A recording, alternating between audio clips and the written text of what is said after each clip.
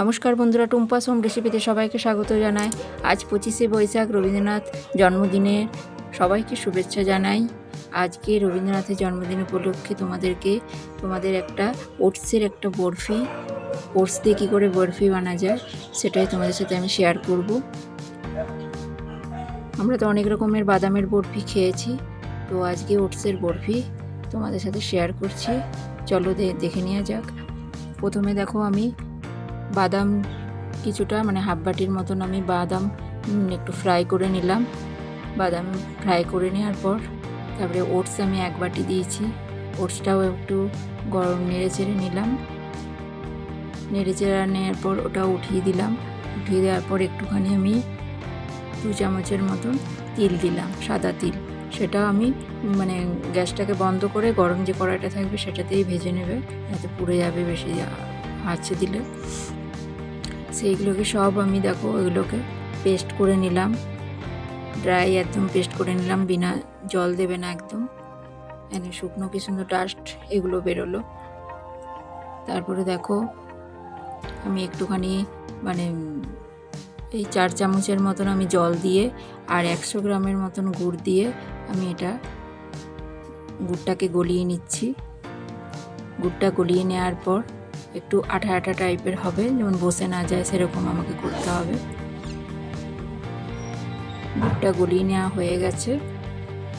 এটা চিনি দিয়েও করতে পারো, তো চিনি দিয়ে আমি চিনিটা অ্যাভয়েড করে চলি, তাই আমি চিনিটা দিলাম না। তো আমি গুড় দিয়ে করলাম, তো গুড় দিয়েও ভীষণ ভালো লাগে। তো গুড়টা আমার জাল দেওয়া হয়ে গেছে।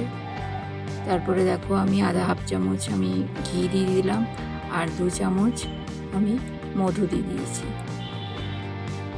এগুলো অপশনাল, মধুটা দিতেও পারো নাও দিতে পারো, থাকলে একটু দিলে ভালো একটু টেস্ট হবে। তারপরে দেখো আমি যে থালাতে আমি ওটা রাখবো সেই থালাটা একটু আমি তেল দিয়ে একটু ব্রাশ করে নিচ্ছি। তারপরে যেই গুড়টা আমি জাল দিয়ে করে রেখেছি সেটা শুকনো ডাস্টের মধ্যে, ওটসের যে ডাস্টটা আছে সেটার মধ্যে আমি দিয়ে দিলাম।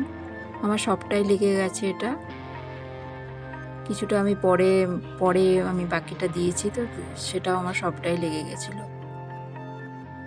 দিয়ে ভালো করে এটা সুন্দর করে একটুখানি মেখে নেব। এটা বরফিটা খেতে খুবই টেস্ট হয়। আমরা তো সব রকমের এই বাদামের বরফি, কাজু বরফি খেয়ে দেখেছি, তো ওটসের বরফি তোমরা একবার এরকমভাবে করে দেখো, খুব ভালোভাবে টেস্ট লাগে।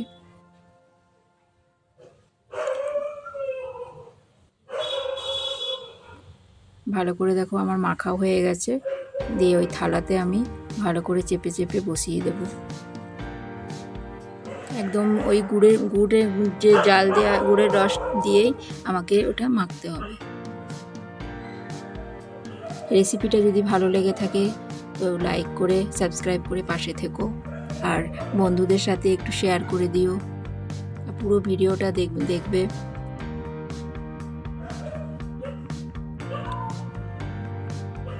এটা একটু গরম অবস্থায় একটু করতে হবে, না তো ওটা শক্ত হয়ে যাবে। তো হাতে যতটা বসালাম, তারপরে গিয়ে আমি দেখো এই খুন্তিটা দিয়ে আমি বসিয়ে দিচ্ছি। এটা দিয়ে ভালো ফিনিশিংটা আসবে। ভালো করে চেপে দেখো এটা আমি বসিয়ে নিচ্ছি। খুব সুন্দর করে দেখো এটা দিয়ে ভালো করে একদম ফিনিশিং করে নিচ্ছি।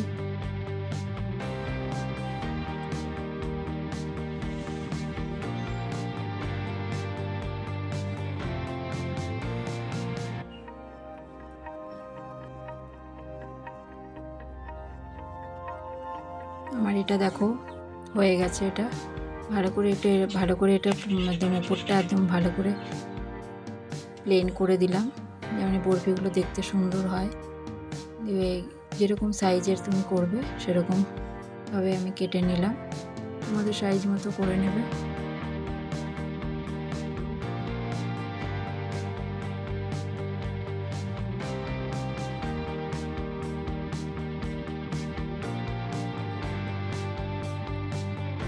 তোমরা বাড়িতে বানালে কিন্তু অবশ্যই কমেন্ট করে জানাবে কেমন হয়েছে। আমার এই রেসিপিটা কেমন লাগলো জানাবে।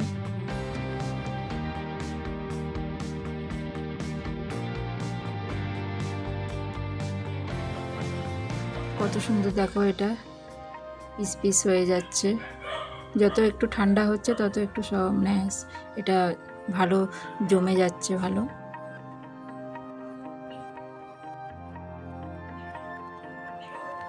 রেসিপিটা যদি ভালো লেগে থাকে তো কমেন্ট করে জানাবে, আর শেয়ার করে দেবে বন্ধুদের সাথে, আর একটা লাইক করে দেবে।